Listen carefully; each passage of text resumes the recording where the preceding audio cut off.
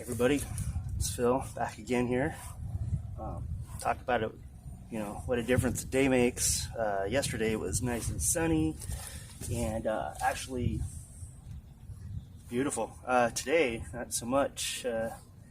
Got a lot of, fog, like some cloud cover, marine layer, whatever you want to call it.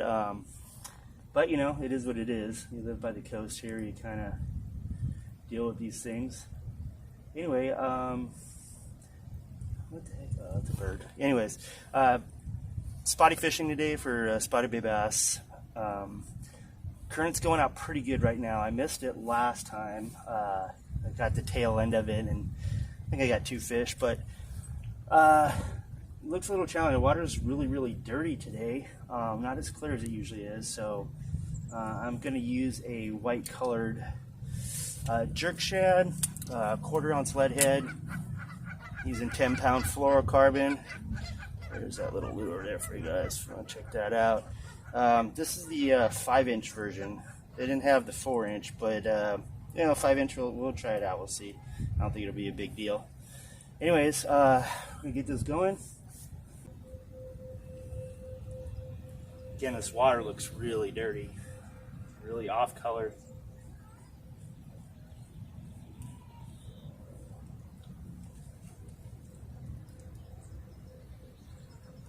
There was a good tide movement today. That could be part of it. We were at a 4.7 high tide, and it's coming down to a negative 0.2 at 11:30. It's about 9:30 right now. I usually like to get the last 2 hours of the low tide if I can, for a matter of reasons. Number one, it kind of shrinks up the fishing area a little bit. If you've got the channel here, it's a little easier to hit the channel, which is what I'm kind of fishing today. It's easier to make a longer cast to work it, and I think it kind of concentrates the fish a little bit more. It kind of pulls them out of these upper areas and kind of gets them a little more consolidated. I could be wrong, but that's my theory. So we'll see here.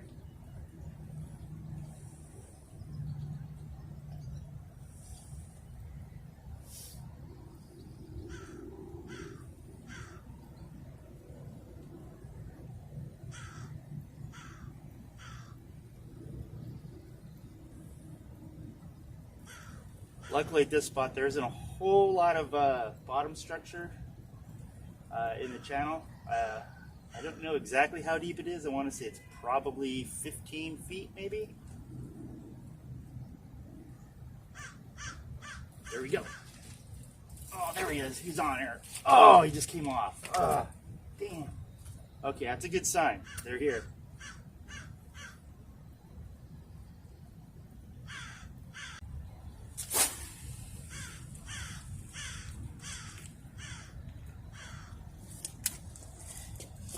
As you may have noticed, I did actually cast this one down a little bit more, not so much up. Just trying to cover some area right now. And this guy's on. Oh, there we go. And he's on. That was just sitting there drifting. But that's why you gotta fan cast a little bit here, I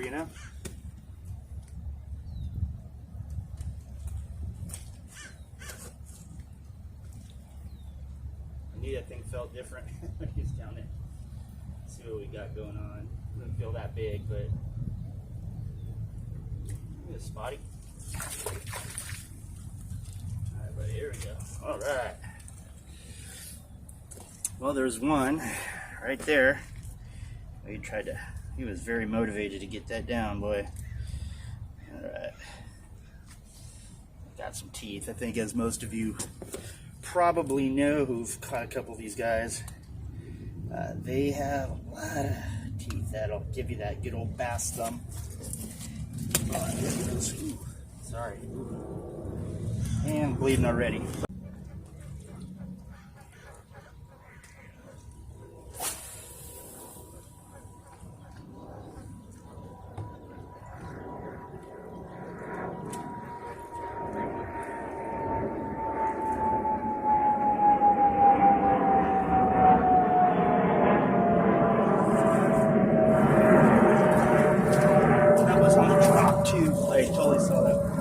good fish.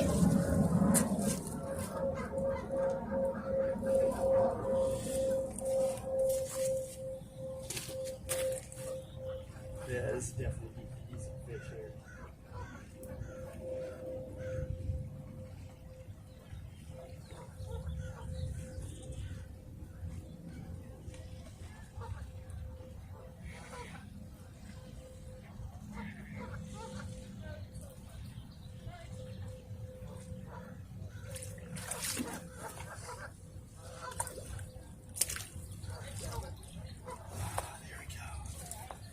All right, that's a little better one.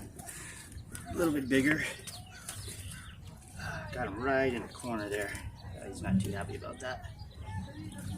Oh, yeah, it just fell right out. So I always keep the pressure on him. Nice fish though. I mean, he's fat, he's healthy.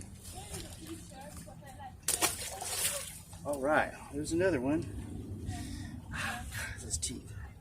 Need to get some of that bandage wrap there, or that wrap for your thumbs. It does help, except a lot of times it gets stuck in their teeth and rips off anyway.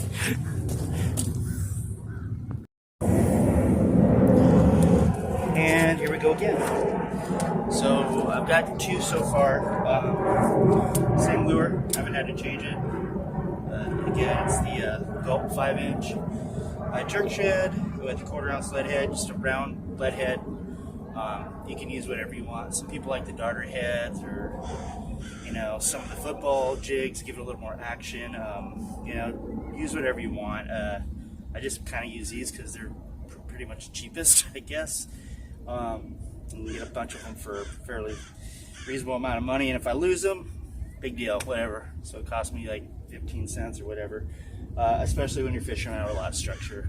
So if you aren't losing lures, probably aren't going to be catching fish. So that goes for a used structure fisherman. There's a bunch of you guys out there that just love pitching the docks and all that heavy structure with the braided line, all that. Save that for another episode. But as of right now, again, 12-pound, or actually 10-pound fluorocarbon. Just a light bass setup, bait caster. And yeah, let's see if we can catch another one here.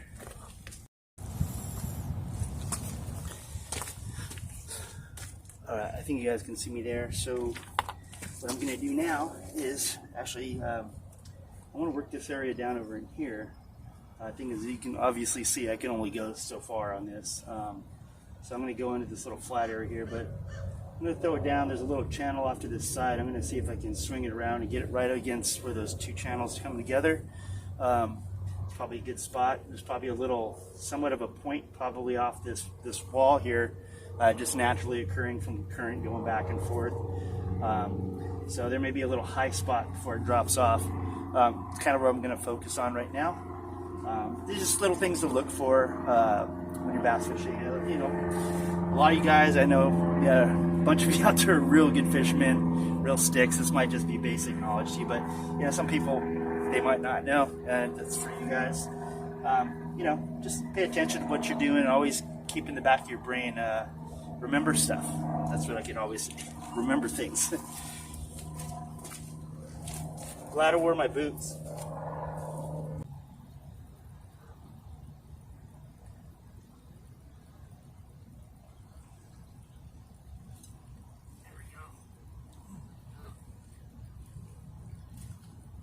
Out there.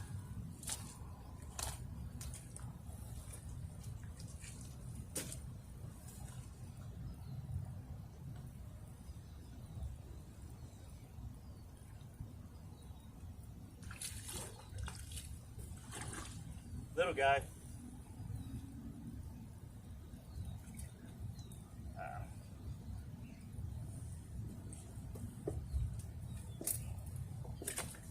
Not the biggest in the bunch, for sure, but hey,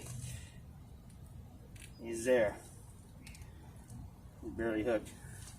A little baby guy. Let him go, get bigger. So today, I think, if I was gonna give a tip today, my tip of the day would be to really, before you go out and go fishing, try to do as much homework as you can ahead of time. Like for me, I knew the tide was going to be going out at this time. Like I said, I usually like to hit it about 2 hours before it bottoms out, where it just stops. When it stops, the fishing typically is like a switch, it'll turn off. They really like that water moving. One thing that I took in consideration, you know, the spot that I was going to try, I know this time of year, this is a good spot to go to. Again, that's just from experience, you know, this is something you gain as you go. The more you fish, the more you gain experience, the more you remember things, and you kind of put all these factors together. It's like a big puzzle or a game, which I think is I love it so much, because it reminds me of my surfing days when, you know, it was like, oh, where's the wind coming out of? What's the swell direction? And, you know, how big is it? Should we go to Huntington? Should we go to Seal Beach? You know, all these factors, and it's kind of the same for fishing. You want to, you know, have as much info or intel as you can before you go, so you have a plan, a strategy of what you want to do. So that would be my thing, is to, you know, really kind of dive into as much as you want. I mean, you get down that rabbit hole and you know, you get down to colors of lures, and I mean, it can go on and on and on. Basically, I always look for a couple different things: time of year, the tides, and typically the water temperature. Right now, I think back here we're looking, it's about 60 to 62 today, which is actually not bad. It's usually a little bit warmer up in the back part of like harbors, so those may typically have better, well, I shouldn't say better fishing, but the fish will probably be a little bit more active up there, mainly because of the fact that the water temperature may be a little bit warmer back in the bay. But again, that's not to say you couldn't catch them anywhere else in the bay. The great thing about the spotted bay bass especially is that they're everywhere. I mean, you catch them on structure, you catch them in the channels, you catch them out on just random flats. I mean, I've caught them pretty much every, you know, 2 feet of water, you know, 30 feet of water. We're at the outside of the harbor, or the very back part of the bay, where you think there'd be any fish at all. So they're all over, but it just depends on how you want to fish them, what you're comfortable with, and just using some of the knowledge you gain, maybe not from yourself, but, you know, hopefully maybe through this channel. You may pick up some tips or some pointers. I'm not the best fisherman by any means. I you know, I would never claim that. I have fished for a long time though. So anyways, try it again.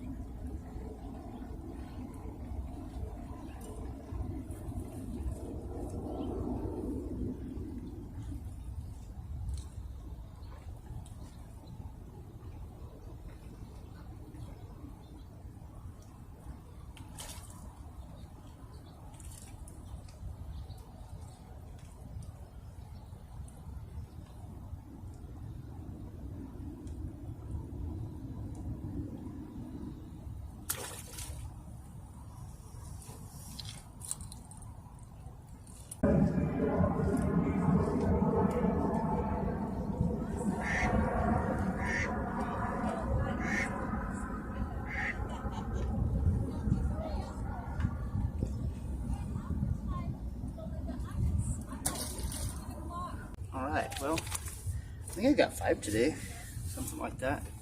I am going to go get out of these muddy boots, go home, start editing this video so I can get it up for you guys.